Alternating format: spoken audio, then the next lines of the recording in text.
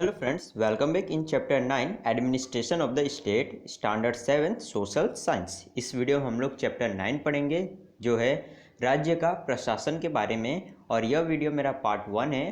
तो video start करने से पहले एक छोटी सी रिक्वेस्ट, अगर आप मेरे चैनल पे अगर नए हैं तो मेरे चैनल को फटाफट सब्सक्राइब कीजिए, जिससे कि मेरे हर वीडियो का लेटेस्ट अपडेट आपको मिलता रहेगा।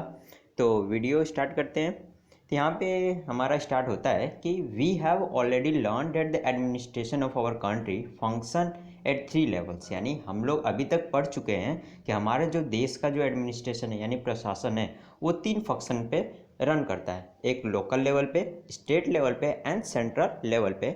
इन द प्रीवियस ईयर यानी हम लोग पिछले साल में पढ़े थे, we have learn about the working of local self government institution, और हम लोग ये भी पढ़ चुके हैं जो लोकल सेल्फ गवर्नमेंट इंस्टीट्यूशन होता है उनके काम के बारे में। इन दिस चैप्टर, और इस चैप्टर में we shall learn about how the administration function at a state level in a democracy. यानी एक डेमोक्रेटिक कंट्री में स्टेट लेवल पे कौन कौन से प्रशासन होते हैं, कौन कौन से फंक्शन होते हैं, वो आज हम यहाँ पे पढ़ेंगे और सीखेंगे। What are the function of the state government, यानी स्टेट गवर्नमेंट का फंक्शन क्या होता है। What are the roles of ministers and members of legislative assembly, और मिनिस्टर्स का और मेंबर्स ऑफ लेजिस्लेटिव का जो असेंबली के जो लोग होते हैं उनका क्या रोल्स होता है। How do peoples put forward their question and ideas to the government, और कैसे लोग अपना आइडिया, अपना क्वेश्चंस जो गवर्नमेंट के सामने रखते हैं। How do they ask for the fulfilment of their demands, और कैसे वो लोग अपना डिमांड को फुलफिल कराते हैं। और to understand mores about this question, और ऐसे बहुत सारे क्वेश्चन को समझने के लिए we shall take the example from the medical field, और हमने एक मेडिकल फील्ड से एग्जाम्पल्स लिया है। यहाँ पे फिगर में देख पा रहे हैं, फर्स्ट दिया है according to the news on the TV 10 peoples have died in the Surat due to cholera. यानी न्यूज़पेपर यानी न्यूज़ के हिसाब से जो टीवी में चल रहा था कि 10 पीपल जो थे सूरत के वो मर गए थे कोलेरा के कारण। तो हाउ वुड आई नो, यानी मैं कैसे जान सकता हूँ। The only things that I care about is that I am not affected by this, यानी मैं कैसे जान सकता हूँ कि जो मैं चीज़ का केयर करता हूँ उससे मैं अफेक्टेड नहीं हुआ हूँ। तो can people really die do है ना अपेंडिमिक, यानी क्या जो लोग होते हैं वो अपेंडिमिक से सच में मरते हैं। तो यहाँ पे देखिए, यहाँ पे सेकंड में क्या हुआ है, I can hear the प्रोसेसन outside, यानी मैंने एक प्रोसेसन सुना है आउटसाइड बाहर। और फिर अपना तीसरा है we demands that the administration takes immediate measure to control the epidemic, यानी हमने डिमांड की, यानी हम डिमांड करते हैं कि जो हमारे एडमिनिस्ट्रेशन है वो इमीडिएटली यानी जल्दी कुछ मेजर करे, जो एपिडेमिक है उसको कंट्रोल करे।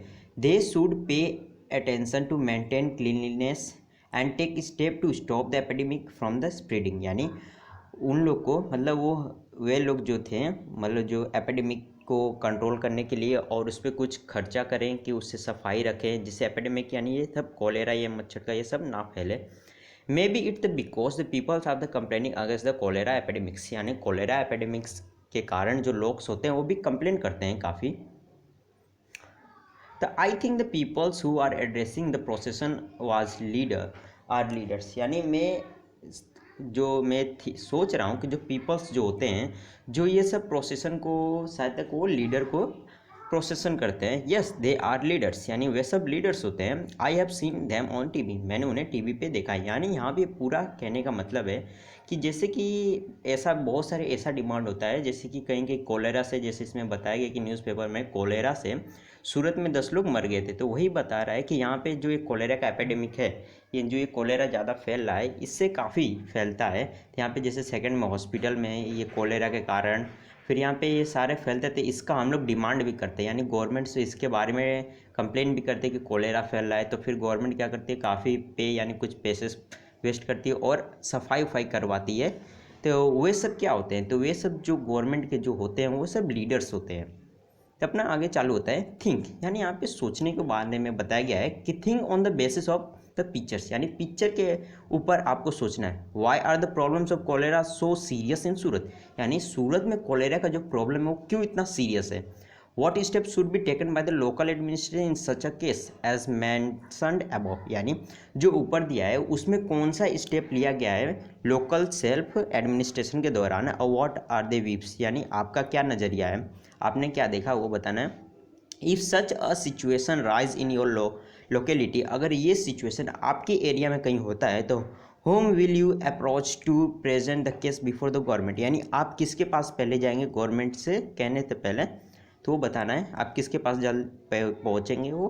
तो यहाँ पे अपना आगे स्टार्ट होता है chapter, we have read about the incident of the cholera epidemic, यानी हमने कोलेरा एपिडेमिक के बारे में काफ़ी पढ़ लिए, यानी पढ़े हैं, अभी पढ़े। We might have observe the leaders of your area representing the health issues to the local health official, the district collectors of or other officials, यानी हमने अभी तक ये भी देखा कि जो लीडर्स होते हैं हमारे एरिया में वो हेल्थ इशूज़ पे काम करते हैं, लोकल हेल्थ ऑफिशियल भी होता है, ऑफिसिकल भी होता है यानी ऑफिस भी होते हैं, डिस्ट्रिक्ट कलेक्टर्स भी होते हैं और अदर ऑफिसिकल्स ऐसे काम्स होते हैं।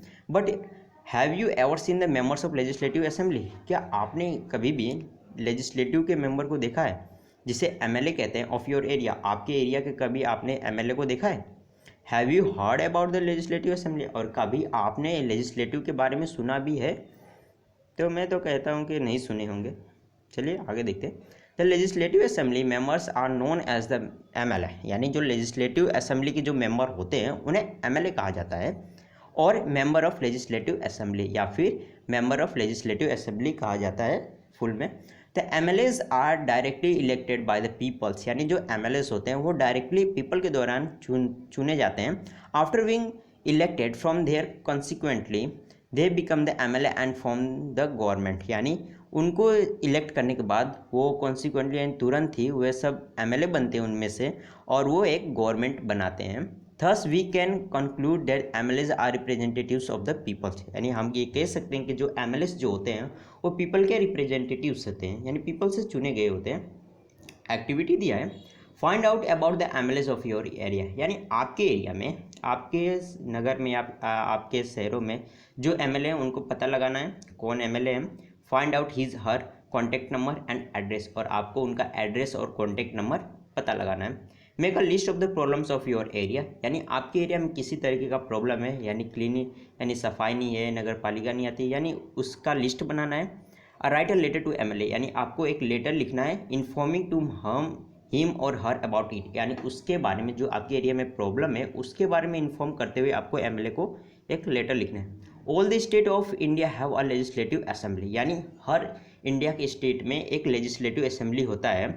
Each state is divided into different constituencies, यानी हर स्टेट को डिफरेंट कॉन्सिक्वेंट्स में बांटा गया है। From each constituency one representative is elected by the peoples, यानी उनमें से जो एक होता है कॉन्सिक्वेंट्री, जिनमें से एक रिप्रेजेंटेटिव यानी जो एक उम्मीदवार इलेक्ट किया जाता है पीपल के दौरान। The numbers of seats in the legislative assembly differs from the state to state and in decided on the basis of the population, यानी जो नंबर होता है लेजिस्लेटिव असेंबली में सीट का वो अलग अलग होता है हर स्टेट में, स्टेट के पॉपुलेशन के हिसाब से अलग अलग उसमें नंबर्स ऑफ सीट होते हैं लेजिस्लेटिव असेंबली में। इलेक्शंस आर हेल्ड एवरी 5 यानी हर साल 5 सालों में इलेक्शन होता है। Candidates can either represent a particular party or stand for the election or independent cabinets, thus the MLAs can brings to the different parties, यानी उसमें से जो कैंडिडेट्स होते हैं यानी उम्मीदवार होते हैं जो चुने गुने रहते हैं वो सब अपना रिप्रेजेंटेटिव पार्टीज होते हैं या खुद ही खड़े होते हैं या फिर इंडिपेंडेंट कैंडिडेट्स होते हैं वो सब होते हैं। थस उनमें से जो एमएलए होता है can brings to differ parties, यानी जो एमएलए होता है वो दूसरा पार्टीज का होता है। The legislative assembly of Gujarat has 182 seats and it is situated in Gandhinagar which is the capital, यानी जो लेजिस्लेटिव असेंबली जो है अपना गुजरात का उसमें 182 सीटें और ये गांधीनगर जो अपना गुजरात का कैपिटल है वहाँ पे सिचुएटेड है। The legislative assembly meets in the Vitthal Bhai Patel's विधानसभा गृह, यानी जो लेजिस्लेटिव असेंबली जो है वो कहाँ पे मिला है तो विठल भाई पटेल विधानसभा गृह, जो यहाँ पे आप 9.1 में देख पा रहे हैं लेजिस्लेटिव असेंबली ऑफ गुजरात जो अपने गांधीनगर में ये सिचुएटेड है, इसका पिक्चर बिल्कुल वही है। आगे अपना स्टार्ट होता है, let us learn about how a minister और chief minister is elected from among the MLAs. यानी चलो अब हम पढ़ेंगे कि जो मिनिस्टर्स होते हैं या फिर जो चीफ मिनिस्टर होते हैं यानी सीएम्स जो होते हैं वो कैसे इलेक्ट होते हैं एमएलए में से। The party which are the largest number of MLAs, यानी जो पार्टी के पास लार्जेस्ट नंबर यानी ज़्यादा मात्रा में एमएलए होते हैं और gain a majority with the support of other parties, या फिर दूसरे पार्टी के सपोर्ट में ज़्यादा मेजोरिटी होता है, और इंडिपेंडेंट कैंडिडेट्स और इंडिपेंडेंट जो कैंडिडेट्स होते हैं फ्रॉम द गवर्नमेंट, यानी गवर्नमेंट के दौरान the governor appointed the leaders for the majority party as a chief. यानी जितने भी एमएलएस होते हैं उनमें से जिसके पास ज़्यादा अपॉर्चुनिटी होते हैं, जितने ज़्यादा कैंडिडेट्स उसके सपोर्ट में होते हैं, उन्हें चीफ मिनिस्टर बनाया जाता है। ही और she invited to form a council of minister, और उनको क्या होता है कि वो इनवाइट करते हैं एक काउंसिल ऑफ मिनिस्टर को फॉर्म करने के लिए। The party that form the government is known as the ruling party और while the other party form the opposition. और जो पार्टी जो रूल करता है गवर्नमेंट में उसे रूलिंग पार्टी कहते हैं, और जो दूसरे पार्टी होते हैं वो अपोजिशन पार्टी होता है। यहाँ पे एक्टिविटी दिया है, discuss this word in the class, यानी आपको इस क्लास में डिस्कस करना है majority, ruling party, opposition party and constituency party, constituency, यानी आपको ये वर्ड्स को डिस्कस करना है क्लास में आपको। Some time the ruling party is not formed not by any one party along but which was supported for the other parties or independent candidates which is the types of government known। यानी कुछ time पे ऐसा जो होता है जो ruling party होता है वो फॉर्म नहीं हो पाता है, या फिर एक पार्टी के दौरान फॉर्म नहीं हो पाता है, या फिर सपोज और दूसरे पार्टी के सपोर्ट में कभी कभी होता है, और इंडिपेंडेंट कैंडिडेट्स जो होते हैं उनके दौरान। तो इस टाइप का गवर्नमेंट क्या कहलाता है, यानी इस टाइप के गवर्नमेंट क्या कहलाते हैं वो आपको बताना है, थिंक करना है, सोचना है। और यहाँ पे फिर आया है what is the name of your constituency, यानी आपका कॉन्स्टिट्यूएंसी का क्या नाम है। To which party does the MLA of your area belongs, यानी किस पार्टी से जो एमएलए आपके एरिया में वो बिलोंग करते हैं। Presently which is the ruling party in the state, और आपकी स्टेट में कौन सा रूलिंग पार्टी है। How many members are required to form the government, और कितने मेंबर्स जरूरी होते हैं एक गवर्नमेंट को फॉर्म करने के लिए। Mention the work done by the MLA of your area with the grant section by the government, और आपको ऐसे वर्क्स बताने जो एमएलए के दौरान हुआ हो आपके एरिया में, और सेक्शंस बाय द गवर्नमेंट, और गवर्नमेंट के दौरान। After the election the governor appoint the chief minister and the council of minister who will be the collectively responsible for the administration of the state and functioning of the various ministries. यानी election के बाद जो governor जो होता है वो appoint होता है चीफ मिनिस्टर के रूप में और काउंसिल ऑफ मिनिस्टर के रूप में, जो हमारे स्टेट का एडमिनिस्ट्रेशन के लिए रिस्पॉन्सिबल होता है, और फंक्शनिंग वेरियस मिनिस्ट्रीज, वो काफ़ी मिनिस्ट्रीज अपने स्टेट में करते हैं। Each ministry is the housed in different office premises, और हर मिनिस्ट्री जो हाउस होता है वो अलग अलग ऑफिस परमिसेस पे होता है, यानी अलग अलग ऑफिस के प्रीमिसेस पे होता है। The legislative assembly is the place where all the MLAs belonging to the both party of the opposition assembly of the discussion, यानी जो लेजिस्लेटिव असेंबली होता है वो ऐसा जगह है जहाँ पे सारे एमएलएस होते हैं, या फिर वो रूलिंग पार्टी का हो या फिर अपोजिशन पार्टी का हो, यानी रूलिंग पार्टी यानी जो पार्टी जीती है उस पार्टी का एमएलए हो, या फिर कोई ऐसा पार्टी जो अपोजिट में जो पार्टी है जो कुछ कुछ जगह से जीती है वहाँ के एमएलए, जो वो सब लेजिस्लेटिव असेंबली में होते हैं।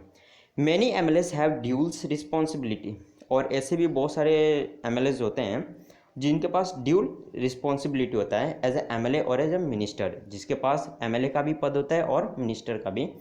The other organs of the state government is executive, जो और भी जो अलग ऑर्गन है अपने स्टेट गवर्नमेंट का वो एग्जीक्यूटिव कहा जाता है। विच comprises of the governor, the chief minister and the council minister, the administration officer who work under the guardian and control the minister are also a part of the executive body। यानी जो अपने governor को चलाता है या जो chief minister या जो काउंसिल मिनिस्टर होते हैं, जो ऑफिशियल वर्क को उनके अंडर यानी उनके गार्जियन यानी उनके जो चीफ मिनिस्टर और जो काउंसिल ऑफ मिनिस्टर जो होते हैं उनके अंदर जो काम करते हैं मिनिस्ट्री के रूप में, वो एग्जीक्यूटिव बॉडी के पार्ट होते हैं। The council of minister are called government executive, यानी जो काउंसिल ऑफ मिनिस्टर जो होता है उसे गवर्नमेंट ऑफ एग्जीक्यूटिव कहा जाता है। While the administrative officer are known as the administrative executive, और जो एडमिनिस्ट्रेटिव ऑफिसर होता है वो उसे कहा जाता है administrative executive. Governor, each state of India has a governor, यानी हर इंडिया के स्टेट के पास गवर्नर है। He she is appointed by the president for 5 year, यानी वो प्रेसिडेंट के दौरान अपॉइंट किया रहता है 5 सालों के लिए after consulting the prime minister, यानी प्राइम मिनिस्टर के कंसल्टिंग के बाद the governor is the constitutional head of the state and entire administration is carried out in his और हर नेम, यानी जो गवर्नर होता है, जो शासक करने वाला होता है, वो कॉन्स्टिट्यूशन का वो हेड होता है, यानी सारी स्टेट का और एंटायर एडमिनिस्ट्रेशन, जितना भी एडमिनिस्ट्रेशन है वो कैरी आउट होता है उनके अंडर में। उनके नाम क्या है? The governor ensure that the state government function according to the constitution.